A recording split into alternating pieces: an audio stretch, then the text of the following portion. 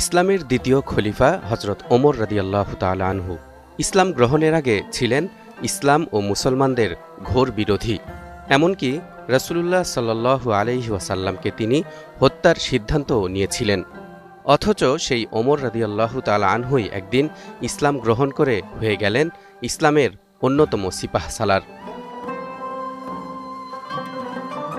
ইতিহাস সাক্ষী, যুগে যুগে হজরত ওমর রাদিয়াল্লাহু তাআলা আনহুর মতো এমন বহু মানুষ যারা একসময় ছিলেন ইসলাম ও মুসলমানদের ঘোর শত্রু, হেদায়েতপ্রাপ্ত হয়ে একসময় তারাই আবার হয়ে গেছেন মুসলমানদের পরম বন্ধু। তেমনই একজন বলবীর সিং, যিনি ১৯৯২ সালের ৬ ডিসেম্বর ভারতের অযোধ্যায় অবস্থিত ঐতিহাসিক বাবরি মসজিদ ধ্বংসে নেতৃত্ব দিয়েছিলেন। পরবর্তীতে তিনিই কিনা ৯০টিরও বেশি মসজিদ নির্মাণ এবং সংস্কারের কাজ করে দিয়েছেন। জানা যায়, বলবীর সিংই প্রথম ব্যক্তি যিনি বাবরি মসজিদের প্রধান গম্বুজের চূড়ায় উঠে হাতুড়ি দিয়ে আঘাত করেছিলেন। এমনকি স্মৃতিচিহ্ন স্বরূপ বাবরি মসজিদের একটি ইঁট খুলে নিয়ে যান এবং নিজ বাড়িতে তা সংরক্ষণ করেন, যাতে মুসলিমদের প্রতি তার ক্রোধ ও ঘৃণা কিছুটা হলেও প্রশমিত হয়। ২০১৮ সালে ভারতের প্রভাবশালী গণমাধ্যম ইন্ডিয়া টুডেকে দেয়া এক সাক্ষাৎকারে বলবীর সিং জানান, বাবরি মসজিদ ধ্বংসের পর থেকেই তিনি তীব্র মানসিক যন্ত্রণায় ভুগছিলেন। এ ঘটনা যেন তাকে কুরে কুরে খাচ্ছিল। প্রতিটি মুহূর্ত তাকে সেই দিনের কথা স্মরণ করিয়ে দিচ্ছিল। এমন অবস্থায় তিনি যোগাযোগ করেন তার বন্ধু যোগেন্দ্র পালের সঙ্গে, যেই বন্ধুর সাথে মিলে তিনি বাবরি মসজিদে আক্রমণ চালিয়েছিলেন।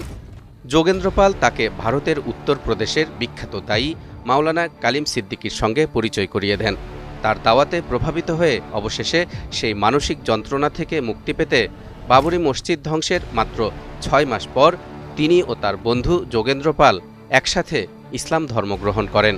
কালেমার অমীয় সুধা পান করে বলবীর সিং থেকে হয়ে যান মোহাম্মদ আমির, আর যোগেন্দ্র পাল হয়ে যান মোহাম্মদ ওমর। ইসলাম ধর্ম গ্রহণ করলেও মনের মধ্যে পুরোপুরি শান্তি পাচ্ছিলেন না মোহাম্মদ আমির ওরফে বলবীর সিং। বাবরি মসজিদ ধ্বংস করে তিনি যে পাপ করেছিলেন, সেই পাপের প্রায়শ্চিত্ত বা কাফফারা আদায়ের উপায় খুঁজছিলেন। এ বিষয়ে ২০১৯ সালে তুরস্কের আনাদোলু এজেন্সিকে দেয়া আরেক সাক্ষাৎকারে মোহাম্মদ আমির জানান, ২৮ বছর আগে আমি মুসলিমদের প্রতি ঘৃণায় পরিপূর্ণ ছিলাম। তখন উচ্ছ্বাসের সঙ্গে বাবরি মসজিদ ধ্বংসে অংশ নিয়েছিলাম। আমি বাবরি মসজিদের স্থানে রাম মন্দির নির্মাণের প্রতিশ্রুতি দিয়েছিলাম। পরে যখন ভুল বুঝতে পারলাম, তখন আমার পাপ ধুয়ে ফেলতে ১০০টি মসজিদ তৈরির শপথ নিলাম। আনাদোলু এজেন্সির কাছে দেয়া ওই সাক্ষাৎকার থেকে আরও জানা যায়, বলবীর সিং পানিপথের এক হিন্দু রাজপুত পরিবারের সন্তান।